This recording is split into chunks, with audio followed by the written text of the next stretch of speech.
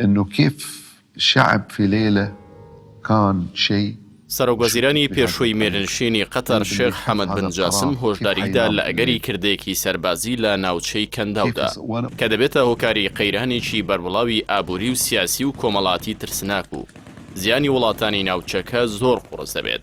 بە تایبەتی ئەو وتەیە هاوکاتە لەگەڵ سادبوونەوەی دیالۆگی ئەتۆمی و زیاتر پەرەسەندنی پەیوەندیە سیاسی و سەربازیەکانی ئێران و رووسیا.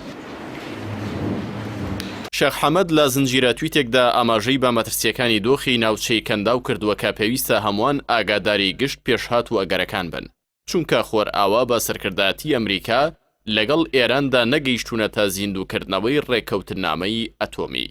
ناوبرە و مەترسی خۆی لە هێرشێکی ئیسرائیل نەشاردەوە کە دەبێتە هۆکاری تێکدانی ئاسایشی ناوچەکە، بە تایبەتی ئەمریکا هەموو جۆرە چەکێکی پێشکەوتووی داوەتە ئەو قەوارەیە، وە پێویستە وڵاتانی کەنداو هۆشداری بدەنە خۆر ئاوا و لە تێگرتوەکان لە مەترسی بەکارهێنانی هێزی سەربازی و پێویستە زیاتر کێشەکان بە ڕێگەی چارەسەری ئاشتیانە چارەسەر بکەن، چونکە زیانمەندانی کارێکی لەو شێوەیە وڵاتانی کەنداون. ڕافائیل گروسی بەڕێوەبەری گشتی ئاژانسی نێودەوڵەتی وزەی ئەتۆمی لە دیداری لەگەڵ پاپا فرانسیسی پاپای ڤاتیکان ڕایگەیان کە دیالۆگی زیندووکردنەوەی ڕێکەوتنامەی ئەتۆمی گەیشتووەتە بنبەست، تەنانەت داڕوخاوە. ئەموتانە هاوکاتە لەگەڵ لێدوانی شەهرەیار حەیدەری سەرۆکی لیژنەی بەرگری لە ئەنجومەنی شورای ئیسلامی ئێران کە ڕایگەیان تا چەند مانگێکی دیکە فڕۆکەی سۆخۆ 35 ڕووسی دەگاتە دەستی هێزە چەکدارەکانی ئێران، وها داوای سیستمی پێشکەوتووی دژە ئاسمانیان لە مۆسکۆ کردووە با شێوەی بنەڕەتی ڕازی بوون بە فرۆشتنیان بە تاران.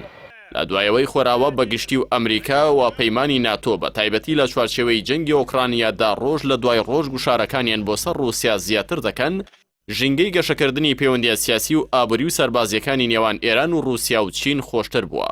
گەیشتنی ئەو فڕۆکە پێشکەوتوانە بە ناوچەی کەنداو جۆرێک لە ئاوسەنگی بۆ جۆری چەکەکان دەجێڕێتەوە کە ساڵانێکە بەهۆی گەمارۆکانەوە هێزی ئاسمانی ئێران لە نوێکردنەوەی سیستمی بەرگریدا دواکەوتووە.